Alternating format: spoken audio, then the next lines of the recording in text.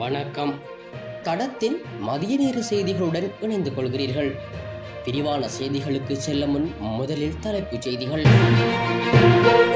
கொட்டி தீர்க்கப் போகும் கனமழை, விடுக்கப்பட்டுள்ள கடும் எச்சரிக்கை. வடமராட்சி கிழக்கு கடற்பகுதிகளில் சுற்றி வளைப்பு, 2 கைது. ஜாலில் போலீசாரின் அதிரடி நடவடிக்கை, 2 இளைஞர்கள் கைது. சிறுபோக உரமானிய திட்டம், விவசாயிகளின் வங்கிக் கணக்கில் ரூபாய் 157 மில்லியன் வைப்பு. உருளை பகுதியில் மரம் முறிந்து வீழ்ந்ததில் 7 வாகனங்கள் சேதம். நாட்டின் பெரும்பாலான பகுதிகளில் பிற்பகல் 1 மணிக்கு பிறகு மழை அல்லது இடியுடன் கூடிய மழை பெய்யும் என தெரிவிக்கப்பட்டுள்ளது. குறித்த விடயத்தை வளிமண்டலவியல் திணைக்களம் இன்று வெளியிட்டுள்ள அறிக்கையில் குறிப்பிட்டுள்ளது. இதன் அடிப்படையில் மேற்கு, சப்ரகமுக, மத்திய, ஊவா, கிழக்கு மற்றும் வடக்கு மாகாணங்களின் சில இடங்களில் 75 மில்லிமீட்டருக்கும் அதிகமான ஓரளவு பலத்த மழை பெய்யக்கூடும் எனவும் தெரிவிக்கப்பட்டுள்ளது. அத்தோடு மேல் மாகாணத்திலும் காலி, மாத்தறை மற்றும் புத்தளம் மாவட்டங்களிலும் காலை வேளையில் மழை அல்லது இடியுடன் கூடிய மழை பெய்யக்கூடும் எனவும் தெரிவிக்கப்பட்டுள்ளது.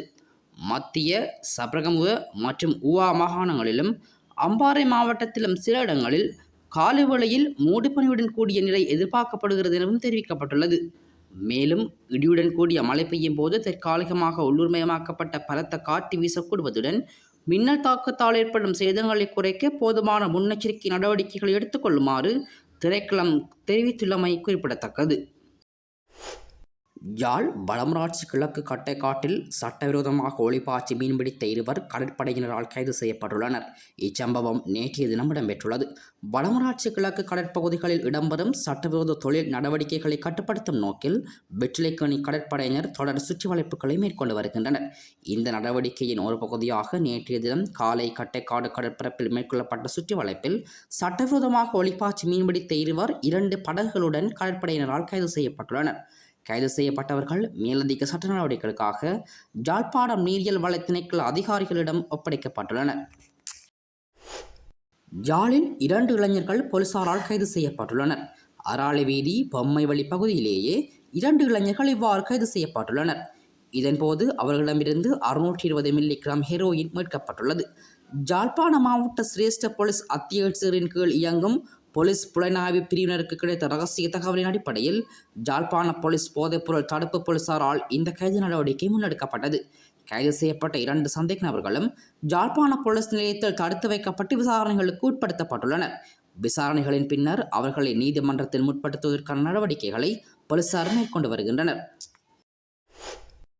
நாட்டிலுள்ள விவசாயிகளின் வங்கிக் கணக்குகளில் 157 மில்லியன் ரூபாய் வரவு வைக்கப்பட்டுள்ளதாக கமநல அபிவிருத்தி திணைக்களம் தெரிவித்துள்ளது. சிறுபோக உரமானிய திட்டத்தின் கீழ் இந்த பணம் விவசாயிகளின் கணக்குகளில் வைப்பிலிடப்பட்டுள்ளதாக கமநல சேவைகள் ஆணையாளர் நாயகம் ரோஜின ராஜபக்ச தெரிவித்துள்ளார்.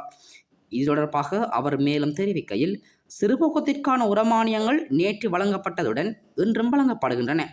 2 ஏக்கர் வரம்பிற்குட்பட்டு 1 ஏக்கர் நெல்லுக்கு 25,000 ரூபாய் என அறிவிக்கப்பட்டுள்ளது.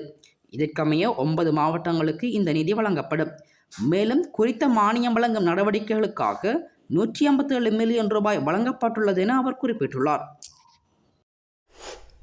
பொரளை மயான சுற்றுவட்டத்திற்கு அருகில் மரம் ஒன்று முறிந்து வீழ்ந்ததால் போக்குவரத்து நெரிசல் ஏற்பட்டுள்ளது. இதனால் 7 வாகனங்கள் சேதமடைந்துள்ளதாக போலீசார் தெரிவித்தனர். இந்நிலையில் குறித்த மரத்தை அகற்றும் பணிகள் தற்போது நடைபெற்று வருவதாக போலீசார் மேலும் தெரிவித்தனர்.